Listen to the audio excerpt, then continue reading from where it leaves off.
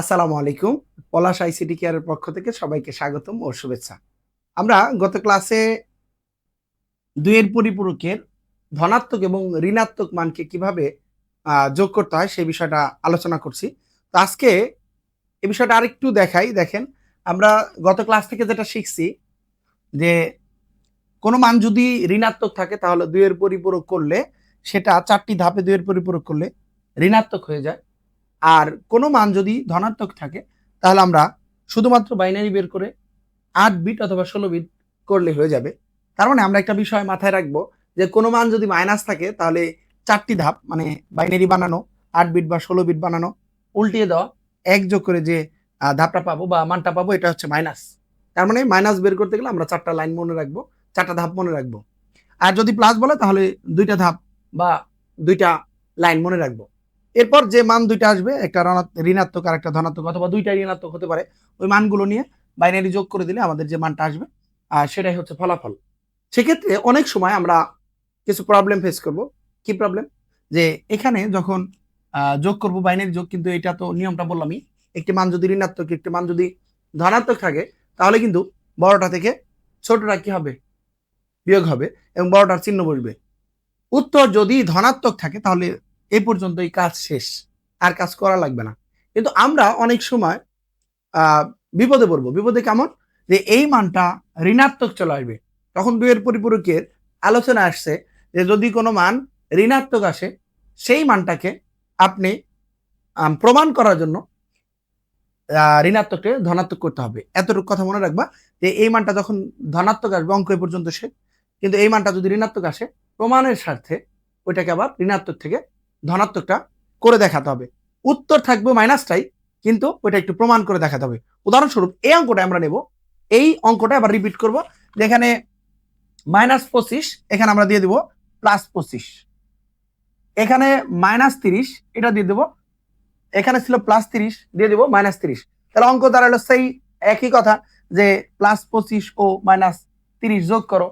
তো অঙ্ক কিন্তু একই মনে হচ্ছে, কিন্তু আসলে এক না। তো সেক্ষেত্রে আমরা যেটা করব, তাহলে প্লাস বললে আমাদের তো একটু আগেই মনে ছিল যে প্লাস বললে ২টি লাইন হবে, বাইনারি বের করব আর ৮ বিট করব। এখানে তো আছেই 25 এর বাইনারি বের করছি, ৮ বিট করব কারণ 25 মানটা 127 পর্যন্ত আছে। সেক্ষেত্রে 25 এর বাইনারি বের করব এবং এটার ৮ বিট করলে অঙ্ক শেষ। তার মানে উল্টানো যাবে না, একও যোগ করা যাবে না। তাহলে প্লাসের মান বের হয়ে গেল।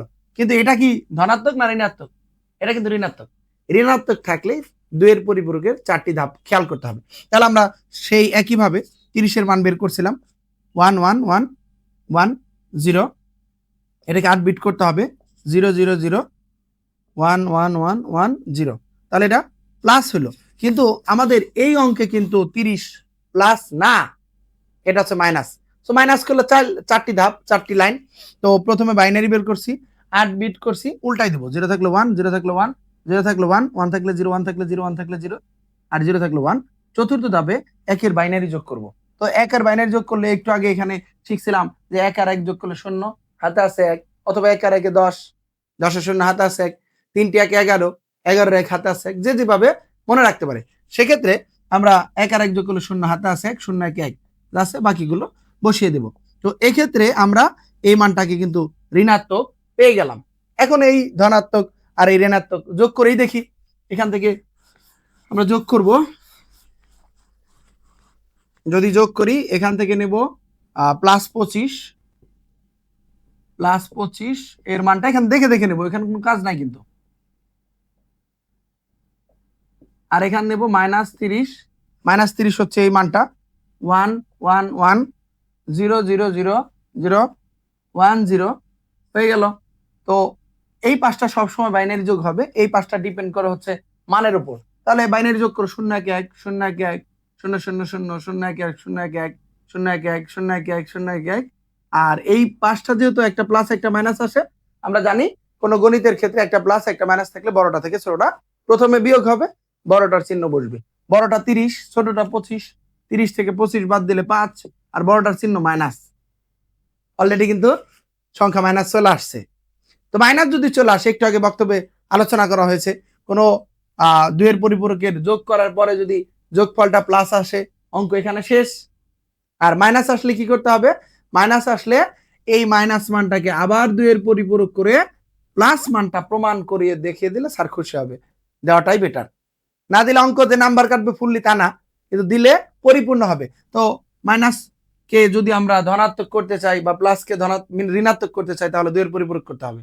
ধনাত্মককে ঋণাত্মক করতে গেলে যেমন 2 এর পরিপূরক করতে হয়, ঋণাত্মককে ধনাত্মক করতে গেলে 2 এর পরিপূরক করতে হয়। যেহেতু এখানে 8 বিটের মান আছে, এখানে আর বাইনারি মানও বের করা লাগতেছে না, সরাসরি আমরা এখানে শুধুমাত্র 8 বিটের অঙ্ককে উল্টিয়ে দিয়ে 1 যোগ করলে হয়ে যাবে। তাহলে এটা উল্টাই 0 0 0 0, মানে 1 থাকলে 0, 1 থাকলে 0, 0 থাকলে 1, 0 0।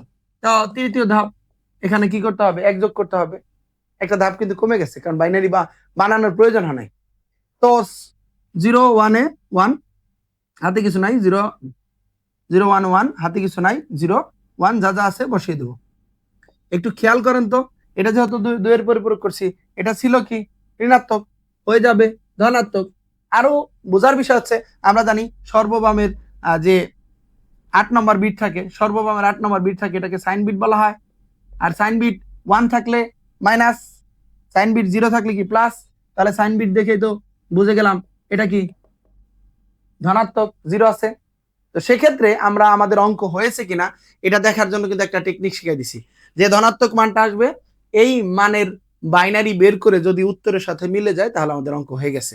তাহলে 5 এর বাইনারি কিন্তু একটু আগেও করছিলাম, 1 2 4 দিয়ে, 4 এর 1 লাগবে, 2 লাগবে না, তার মানে 1 0 1 1 0 1, 5 এর বাইনারি 1 0 1, আমাদের উত্তরও কিন্তু আসছে 1 0 1। তাহলে আমাদের যদি কোনো মান যোগ করতে বলে অথবা 2 এর পরিপূরক সৃজনশীলে যোগের প্রয়োজন হয়, তাহলে কিন্তু আমাদের একটা মাইনাস আর একটা প্লাস আসতে পারে। সেক্ষেত্রে তোমরা একটু খেয়াল রাখতে হবে যে প্লাস বললে 2 লাইন, মানে বাইনারি বের করবো 8 বিট অথবা 16 বিট করব, মাইনাস বললে 4টি ধাপ, বাইনারি বের করব, 8 বিট বা 16 বিট বের করব, উল্টাই দেব, 1 যোগ করব, ওইটাই হচ্ছে মাইনাস মান। যখন আমরা এখানকার ধনাত্মক অথবা ঋণাত্মক মানগুলো নিয়ে যোগ করব, এই সাইডটা সবসময় বাইনারি যোগ হবে, আর এটা ডিপেন্ড করে অঙ্কের প্লাস মাইনাসের উপরে। যখন একটি মান প্লাস একটি মান মাইনাস হয়, তখন কিন্তু আমাকে বড়টা থেকে ছোটটা বিয়োগ করে যে মান বসাতে পাই সেটাই বসাতে হবে, আর বড়টার চিহ্ন বসবে।